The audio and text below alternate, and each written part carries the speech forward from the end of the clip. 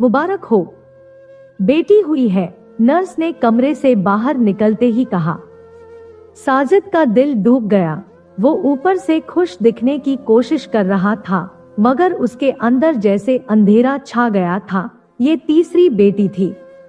उसे बेटे की बहुत तमन्ना थी। दिल ही दिल में वो सोच रहा था, काश एक बेटा होता तो कम से कम बुढ़ापा तो सुकून से गुजर जाता।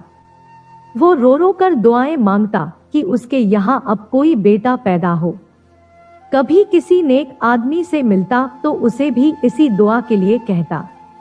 आखिर अल्लाह ने उसकी सुन ली। 2 साल बाद उसके यहाँ चांद सा बेटा पैदा हुआ, जिसका नाम उसने जमाल रखा। उसकी खुशी का कोई ठिकाना ना था। सारी दुनिया जैसे उसके लिए रंगीन हो गई थी। वो एक मिडिल क्लास से आता था, लेकिन फिर भी उसने अपनी हैसियत के हिसाब से खूब खुशी मनाई। लोगों में मिठाई बांटी। वक्त गुजरता गया। अपनी बेटियों और जमाल के मामले में हर बात में साजिद ना इंसाफी से काम लेता। बेटियों को उसने बहुत कम पढ़ाया लिखाया, लेकिन उसने बेटे का बहुत ही अच्छे स्कूल में एडमिशन कराया और उसे बहुत पढ़ाया लिखाया। बुढ़ापे का सहारा जो बनना था उसे। बेटियां बस एक आम सी जिंदगी गुजारती रहीं, लेकिन वो जमाल का काफी ख्याल रखता और उसे बहुत प्यार करता। लड़कियां बहुत समझदार थी। ऐसा नहीं था कि उन्हें मालूम ही ना हो कि ये सब क्या है, लेकिन उन्हें अपने मम्मी पापा और भाई से बहुत प्यार था। लाड प्यार ने जमाल को बिगाड़ कर रख दिया था। वो बाप के साथ भी अक्सर उखड़ा उखड़ा सा हो जाता था, लेकिन साजिद नजरअंदाज करता रहा कि बच्चा है। वक्त गुजरता गया और साजिद के सारे बच्चे बड़े हो गए। बेटियों की उसने शादी कर दी और वो अपने अपने घर चली गई। सबसे आखिर में उसने जमाल की शादी की, चुनकर चांद जैसी बहू लाया।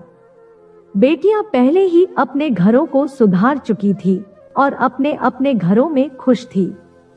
अब साजिद बूढ़ा हो गया था, या फिर हालात ने उसे वक्त से पहले बूढ़ा कर दिया था। उसका बेटा जमाल अब एक बहुत बड़ी कंपनी में इंजीनियर था और उसकी बहुत ही अच्छी सैलरी थी। साजिद को अब वो मकसद पूरा होता हुआ नजर आ रहा था, जिसके लिए वो बेटे की दुआएं मांगता था। साजिद को अब एक साथ कई बीमारियों ने घेर लिया था। अब उसे अक्सर अलग अलग डॉक्टरों के पास चक्कर लगाने पड़ते थे, जो उसके अकेले की बस की बात नहीं थी, तो वो अपने बेटे जमाल ही पर निर्भर रहता था। लेकिन उसे अक्सर ऐसा लगता था कि जमाल को इस तरह उसके साथ बंधे रहना अच्छा नहीं लगता है। कई बार तो उसने इशारों में इस बात का इजहार भी किया। वो माँ और बाप दोनों से ही उखड़ा उखड़ा सा रहने लग गया। फिर एक दिन साजिद और उसकी पत्नी को डॉक्टर के पास जाना था। उसका बेटा जमाल अपने कमरे में तैयार हो रहा था। काफी देर बीत गया तो साजिद और उसकी पत्नी अपने बेटे जमाल के कमरे की तरफ चल दिए। कमरे से ऊंची ऊंची आवाज आ रही थी। जमाल अपनी पत्नी से किसी बात पर लड़ रहा था। तुम्हें उनके साथ मुझसे ज्यादा हमदर्दी है क्या? उसकी पत्नी ने आहिस्ता से कहा, जमाल वो बूढ़े हैं, ऐसे वक्त में तो उनकी औलाद ही सहारा बनती है।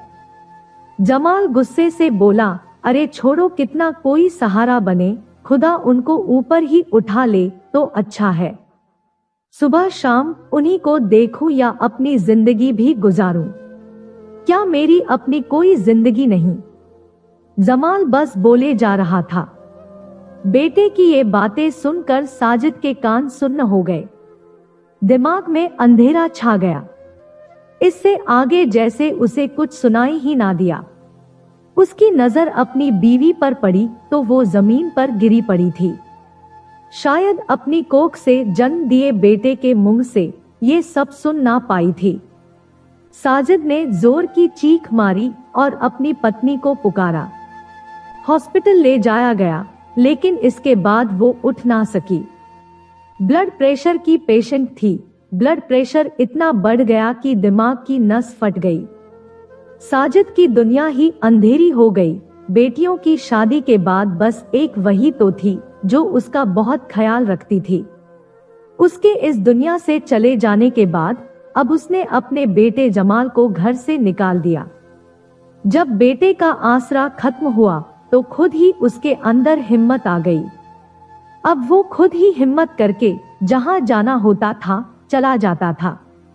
अब वो अपने बेटे की शक्ल देखने के लिए भी तैयार नहीं था।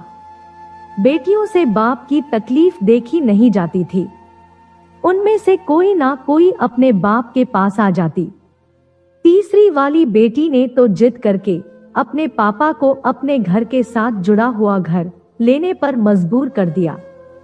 पापा आप यहाँ रहें, मैं आपको अकेला नहीं छोड़ सकती। आपके बारे में सोच सोच कर मुझे नींद नहीं आती। वो अपने पापा को वक्त पर खाना खिलाती, वक्त पर दवा खिलाती। उसका पति भी बहुत अच्छा इंसान था। वो उसके पिता को डॉक्टर के पास भी ले जाता। रात को वो अपने पापा का पैर भी दबाती और सर की मालिश भी करती। एक दिन अपने पापा को दवा खिलाते हुए उसने देखा कि उसके पापा की आंखों से आंसू बह रहे थे। पापा, क्या माँ की याद आ रही है? उसने बड़े प्यार से पूछा। साजिद ने उसकी तरफ देखा और बोला, नहीं बेटी, मैं ये सोच रहा हूँ कि जब तू पैदा हुई थी तो मैंने खुदा से उस दिन ये दुआ क्यों नहीं मांगी कि वो मुझे तेरे ही जैसी एक और बेटी दे। ये कहकर वो फूट फूट कर रोने लगा।